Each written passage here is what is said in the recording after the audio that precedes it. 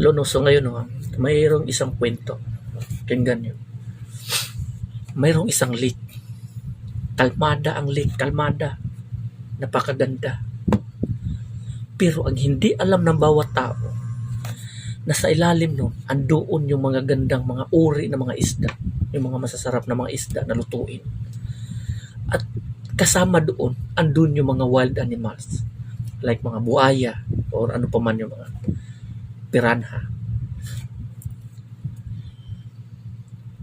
Sa gitna ng kagandahan ng isang lake, yung lake na yun is nakabakod yun, nakapader. Doon sa loob, maraming babala na inilagay. Bawal mamangka, bawal maligo, bawal mamingwit dahil nga sa nasa loob ng lake na yun. Pero tinitignan ng bawat tao na tingin nila parang napakakalmada naman at napakatahimik. So hindi nila sinunod at binabantayan nila kung may mga gwardya ba na tumitingin sa kanilang ginagawa. Kaya ang ginagawa nila, yung iba naliligo, yung iba namamangka at namimingwit. Sa kabila ng maraming bawal or babala patungkol doon sa lake. Kasi nga, yun nga ang nasa loob nun. Ganito rin ang mga tao ngayong panahon. Despite sa buhay nating ito ngayon, maraming mga tao ang namamatay. Araw-araw yan. Sa pagkamatay ng bawat tao, hindi natin alam or hindi natin nakikita kung ano ang nangyayari sa kanila pagkatapos ng kanilang kamatayan. Hindi natin alam kung ang mga tao na yon nakakapasok pa sa kaharian ng Diyos o doon sa kaparusahan na pupunta. May mga taong mabuti at mga taong gumawa-gawa rin ng kasamaan. Nakakita din sila sa kamatayan ng bawat tao. Hindi nakikita. Ang Biblia, yun ang silbing babala. At yung lake na napakakalmada na para bang wala, tahimik, yun yung pangyayari sa mundong ito na maraming mga taong namamatay pero hindi natin alam kung ano ang nangyayari sa kanila after judgment. Ang Biblia nagsasabi na bawal itong gawin. Yan ang sinasabi ng kautusan. Kasi ang kapangyarihan ng kautusan, ito yung ipakilala sa tao ang kanyang kasalanan. Sinabi ng kautusan, sinabi ng Biblia, huwag mong gawin ito kasi bawal ito, nakakamatay. Yung mga tao, hindi sumusunod. Yung lake, nakapader yun. Jesus Christ is the only door. Siya ang pintuan. Yan ang sinasabi doon.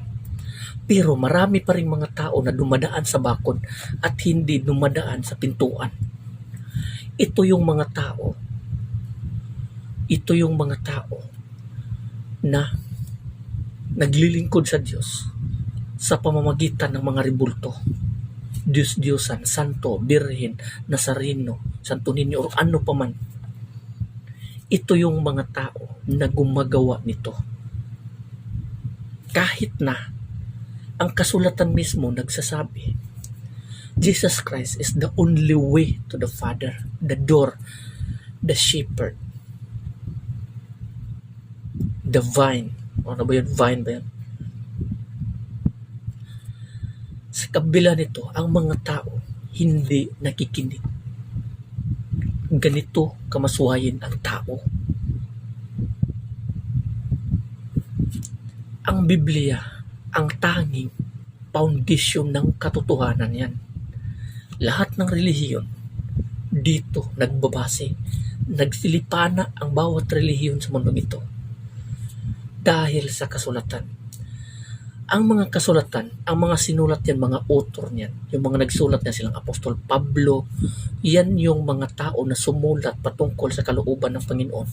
Nagpapatunay, yan yung mga taong witness na ipinangaral nila ang ating Panginoon at yung ginagawa at ang salita ng Panginoon upang maabot sa buong mundo ang pangalan ng Panginoon, ang kaligtasan. Pero sa kabila nito, ang katotohanan mismo parang isang pagkain na inihain na sa iyo, hindi mo pa rin kinain. At iba pa rin ang kinain mo, yung marumi. Ganun din. Alam natin na maraming kasinungalingan, kabaliktaran sa sinasabi sa kasulatan, yun pa rin ang pinapaniwalaan. Instead na ang kasulatan na nagsasabi ng katotohanan. Ayon sa kasulatan ni Apostol Pablo sa Roma, ang mga taong gumagawa nito ay nararapat sa kaparusahan. Dito sa Biblia, basihan mo dito sa mga sulat o sa mga salita ng ating Panginoong Jesucristo at sa Revelation. Lake of fire ang kabayaran ng kasalanan, kamatayan, kaparusahan. Yan ang tutunguhan ng bawat tao na susuhay sa kalooban ng Panginoon. Kaya mag-ingat po tayo. Kung ikaw makikinig ka sa mga aral o turo o pangaral ng iyong mga church leader, ikumpara mo ang sinasabi nila sa Biblia kung totoo ba. Saliksikin mo ang nakasulat sa Biblia patungkol sa kanilang salita kung accurate ba sa kanilang sinasabi dito sa kasulatan upang hindi ka malinlang. Kasi nga si Satanas, kahit pa anong anyo, kaya niyang gayahin. Ganun din ang kanyang mga tauhan. Magkunwari yan na parang taong matuwid, tao sa liwanag. Pero sa kabila noon, makikita nyo sa kanilang gawa, sa kanilang mga salita. Mag-ingat po tayo. Kasi tayo po, huwag nyo pong isipin ang buhay dito sa mundong ito ay makakain ka lang, makainom, okay na. At hindi lang tayo gumawa ng krimen dito sa maligtas na tayo. Hindi po ganun yun. Basahin nyo po ang Biblia.